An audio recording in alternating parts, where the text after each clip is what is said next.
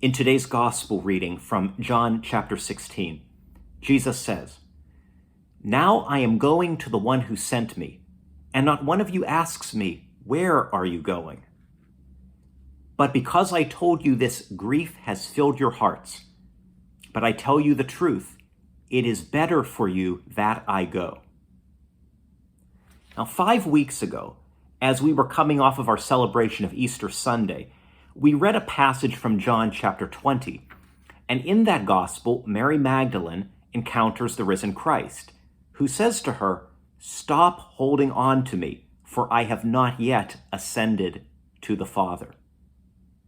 Please note that today's gospel is not a resurrection story.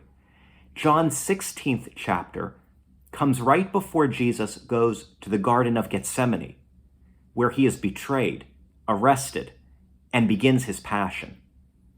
In John 16, Jesus is saying, "Now I am going to the one who sent me," by way of the cross. Did Jesus' disciples know he had to suffer and die? Did they understand what was happening? Was it obvious to these men and women, contemporaries of Jesus, that his actions would get him into trouble with the Roman authorities, that he could be guilty of crimes so serious that they merited crucifixion, the death penalty? These have been the speculation of biblical scholars, religious historians, and theologians. For our purposes today, I will reflect briefly on 2 points: the necessity of going to the cross, and secondly, the necessity of Jesus' ascent to the Father, which we will celebrate this coming Sunday. Not only does Jesus tell his followers that he must go to the cross, but we hear of the trials of Paul and Silas in the first reading today from Acts of the Apostles. The crowd in Philippi joined in the attack on Paul and Silas, and the magistrates threw them into prison and instructed the jailer to guard them securely. Whenever we find ourselves in trouble, when we feel rejected and abandoned, we can be reminded of both their persecution and their rescue. A gospel hymn made famous by Mavis Staples, Paul and Silas began to shout, doors popped open, and they walked out. Keep your eyes on the prize, hold on.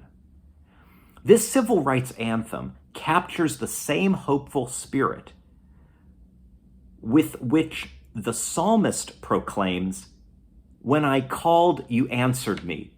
You built up strength within me. The Lord will complete what he has done for me. Your kindness, O Lord, endures forever. Forsake not the work of your hands." Suffering is a part of life, but we believe also that God strengthens our spirits when we face difficulty. In fact, I would add from my own experience that great moments of self-discovery can arise from our own personal experiences of the cross. In his book, The New Seeds of Contemplation, Thomas Merton wrote, "Our vocation is not simply to be, but to work together with God in the creation of our own life, our own identity, our own destiny." Each day with the highs and lows, we create a life for ourselves. We co-create this life with God. Once we come to know this truth, Merton advises that we must pray for our own self-discovery. And my second point is the importance of Jesus leaving, ascending, and sending the advocate. In John 16, Jesus says, "For if I do not go, the advocate will not come to you. But if I go, I will send him to you." Now, in my last reflection, I noted that Jesus' words to Mary Magdalene, "Stop holding on to me, for I have not yet ascended to the Father," And we reflected on the resurrection as a period of transition. In John 16 also we read that we must be open to change and transition in order to receive the advocate, the Spirit. Villanova University professor Ilia Delio writes, "Often we think of ourselves as finished products, as if God created us and then disappeared. But Thomas Merton realized the I is not a finished product. Rather, it is the very process of God's creative action." We are not the product, but the process of God's creative action. In response to this belief, I would suggest resisting the urge to label and essentialize others or ourselves. Like Mary, who is admonished for holding on to the risen Christ, we must be cautious of holding on to static, calcified understandings of ourselves or of others. We all can and do change. For Merton, to pray was also to engage in self-discovery. Merton famously writes, "To be a saint is to be myself."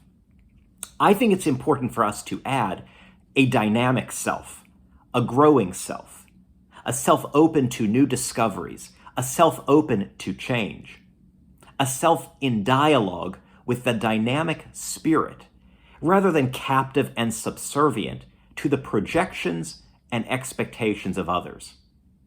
As the psalmist reminds us, we believe that in prayer, God can create strength within us, strength of soul, which in contemporary language is the strength of the self, of identity. In his poem, O Me, O Life, Walt Whitman writes, "The question, O me, so sad, recurring, what good amid these, O me, O life?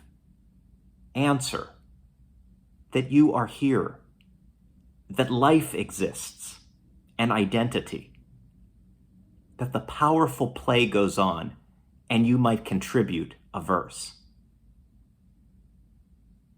Add this poem to your prayer today, along with the words of the psalmist. "When I called, you answered me. You built up the strength within me, the strength of my soul, the strength of myself."